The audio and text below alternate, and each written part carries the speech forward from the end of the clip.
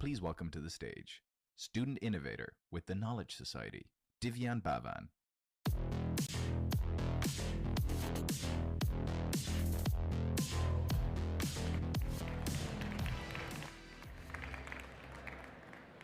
Hey Web Summit, I hope you're having a great day and are as excited as I am for these talks we have coming up. I'm Divyan, a 17-year-old biotech researcher, and I'm going to be emceeing this stage today. Okay, let's wait up. Why is a 17-year-old hosting a stage at one of the largest conferences in the world? Well, I'm a student at TKS, a group of ambitious teenagers that are looking to change the world with their research, technology, and innovation. For me, that means solving some of the largest problems in biology by designing these cool molecules called proteins. Proteins are everywhere. They give structure to your hair, they break down food in your body, and they communicate signals. When scientists saw how important proteins are for nature, they thought, what if we could design our own proteins? That's where the field of protein engineering was born.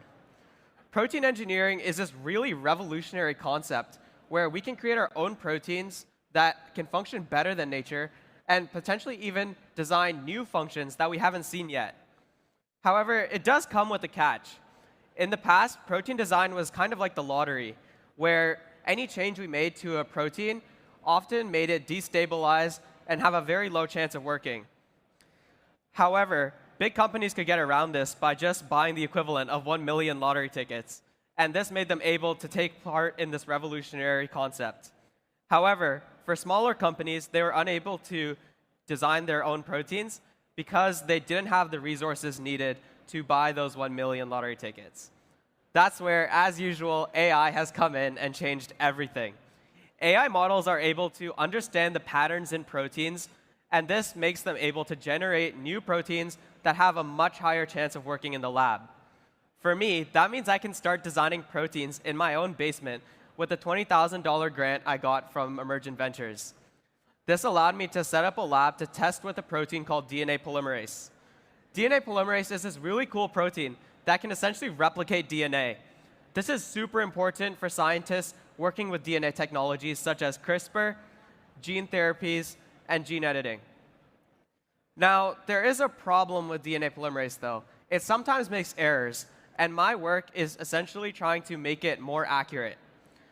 When I started building my lab, I was really excited and thought, this is a really great opportunity to start testing proteins, and it's going to have a huge impact.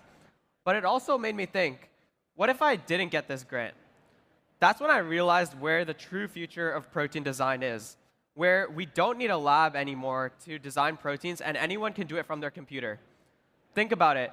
If software companies needed a huge data center to run a single Python file, do you think that 99% of software startups would have even started?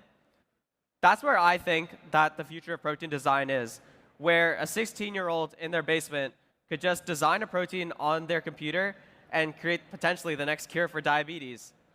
So now that we've seen how machine learning has really taken a huge role in this field of protein design, I'm really excited to see how AI plays a role in many other important fields.